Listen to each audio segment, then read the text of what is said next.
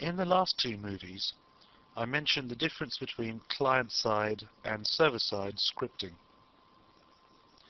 A good way to demonstrate this would be to attempt to directly load a PHP file into a web browser without using a piece of server software.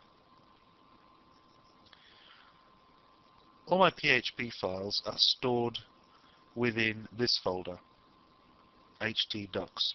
This is the root of the web server that I'm using, Apache.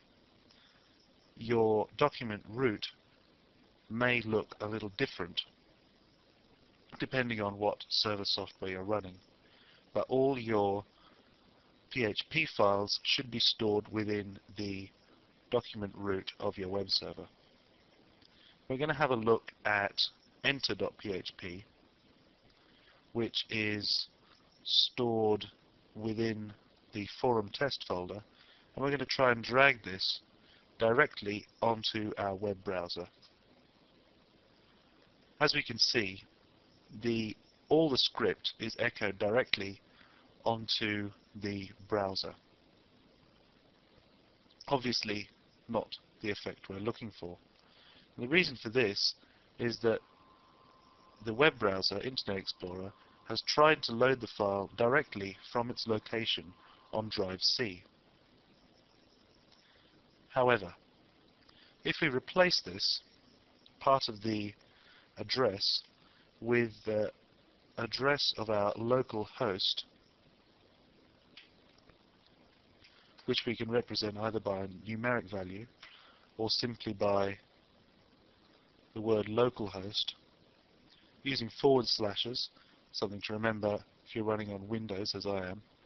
Then we try to run the file.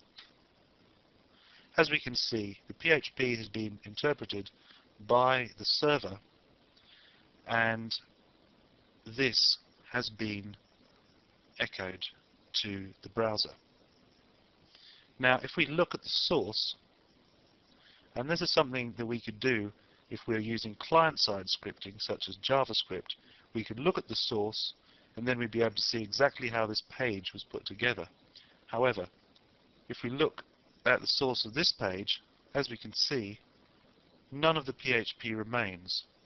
All we have here is the HTML made to create this page.